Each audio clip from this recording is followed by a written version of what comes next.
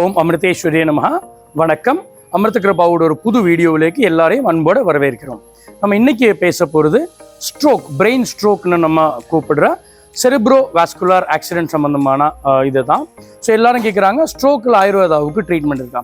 So நம்ம இந்த ப்ராப்பராக புரிஞ்சுக்க வேண்டிய ஒரு சூழ்நிலை இருக்குது. ஸ்ட்ரோக்குனால் நம்ம பிரெயினுக்கு போகிற ரத்த குழாயில் எதர் அடப்பு வர்றதோ இல்லை அந்த பிரெயினுக்கு போகிற ரத்த குழாய் வெடித்து பிரெயினில் டேமேஜ் வர்றது தான். ஸோ இந்த ஸ்ட்ரோக் வர்ற ஒரு சூழ்நிலை ரொம்ப ஆபத்கரமான ஒரு சூழ்நிலை. அங்கே பேஷண்ட்டுக்கு எமர்ஜென்சி ட்ரீட்மெண்ட் ரொம்ப தேவை.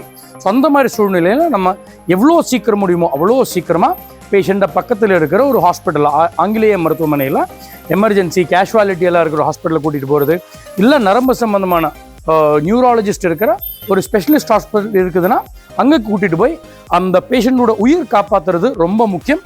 அது நம்ம இம்மீடியட்டாக பண்ண வேண்டிய ஒரு சூழ்நிலை.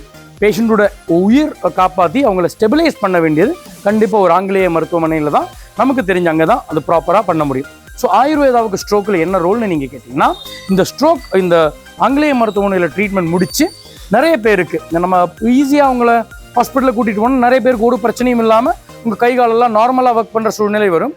ஆனால் நிறைய சூழ்நிலைகள் அப்படி இருக்காது. ஒரு பேஷண்ட்டுக்கு அந்த ஸ்ட்ரோக் வந்ததுன்னா ஒரு பக்கம், அது ஒரு கை ஒரு கால், அது இடது பக்கமாகலாம் இல்லை வலது பக்கமாகலாம், அந்த ஒரு கை ஒரு கால் ஃபங்க்ஷன் ரொம்ப இழந்துடுவாங்க, ப்ராப்பராக ஃபங்க்ஷன் பண்ணாது. சில பேர் கொஞ்சம் ரொம்பவே கஷ்டமாய் சுத்தமாக எந்திரிச்சு நடக்கிறதோ இல்லை எந்திரிச்சு உட்காரதோ கூட அவங்களுக்கு பண்ண முடியாத சூழ்நிலைகள் வரும். அதுக்கு ஹெமிப்ளீஜியா இல்லை ஹெமிபெரசிஸ் அப்படின்னு சொல்லும். கொஞ்சம் ஒரு பக்கம் வீக்னஸ் இருக்கிற சூழ்நிலை, இல்லை ரொம்ப வீக்னஸ் ஆகி ஒரு பக்கத்தோட ஒரு கை ஒரு கால் சுத்தமாக ஃபங்க்ஷன் பண்ணாத சூழ்நிலை. இங்கே தான் ஆயுர்வேதாவோட பெரிய ரோல் இருக்குது. மாடர்ன் ட்ரீட்மெண்ட்டை பொறுத்த வரைக்கும் அந்த ஸ்டெபிலைஸ் பண்ணுற சூழ்நிலை விட்டால் அப்புறம் அவங்க ஃபிசியோதெராப்பி தான் பண்ண சொல்லுவாங்க.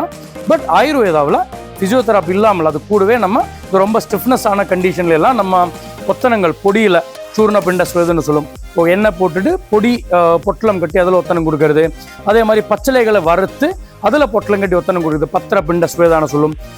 அதுக்கு பிறகு சிரோதாரா, தலைக்கு தாரா பண்ணுறது, அப்புறம் உடம்புக்கு பிழிச்சல் இல்லை தைலதாரா, உடம்புல இந்த மாதிரி எண்ணெயால் குளிப்பாட்டுறது, தாரா பண்ணுறது. அது இல்லாமல் கேரளீய பஞ்சகர்மாவில் ஞவரக்கிழின்னு ஒரு ரொம்ப ஸ்பெஷலைஸ்டான ட்ரீட்மெண்ட் இந்த நரம்பு சம்பந்தமான வியாதிக்கு உண்டு. ஞவரைங்கிற ஒரு அரிசி, அதில் நம்ம அது பால்லையும் ஒரு கஷாயத்துலையும் அதை தயார் பண்ணி அது பொட்டலம் கட்டி உடம்புல எல்லாம் தேய்க்கிற ஞவர தேபில் நவரக்கிழின்னு சொல்லும். அது நரம்புகளோட பலத்துக்கு ரொம்ப இம்பார்ட்டண்ட்டான ஒரு ட்ரீட்மெண்ட். இதெல்லாம் பண்ணும்போது அந்த ஒரு கைகால், அந்த பலம் இல்லாத ஒரு கைகால் இருக்குது இல்லை, அந்த ஃபங்க்ஷன் இழந்து போன அந்த கைகாலில் மெதுவாக நல்லா ஃபங்க்ஷன் வரவும் அந்த பேஷண்ட்டுக்கு அவங்க கிட்டத்தட்ட நார்மல் லைஃப்பில் இந்த கையால் வேலை பண்ணுறது, நடக்கிறது, கிட்டத்தட்ட அவங்க நார்மல் லைஃப்பில் திரும்பி போகிறதுக்கு நம்ம ஆயுர்வேதிக் ட்ரீட்மெண்ட்டில் நல்லாவே அது பேஷண்ட்டுக்கு பயனாகும். நம்ம எத்தனையோ பேஷண்ட்ஸ் இந்த மாதிரி ட்ரீட் பண்ணியிருக்கு. நம்ம எக்ஸ்பீரியன்ஸில் நமக்கு சொல்லிக்கலாம், இந்த மாதிரி சூழ்நிலையில் நமக்கு நல்லாவே முன்னேற்றத்தை கொண்டு வர முடியுங்கிறத நம்ம உறுதியாக தைரியமாக நமக்கு சொல்லிக்கலாம்.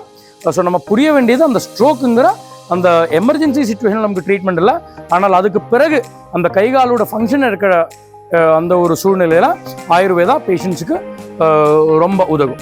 உங்களுக்கு இதில் ஏதாவது டவுட்ஸ் இருக்குன்னா தைரியமாக நீங்கள் கமெண்ட்ஸில் கேட்கலாம்.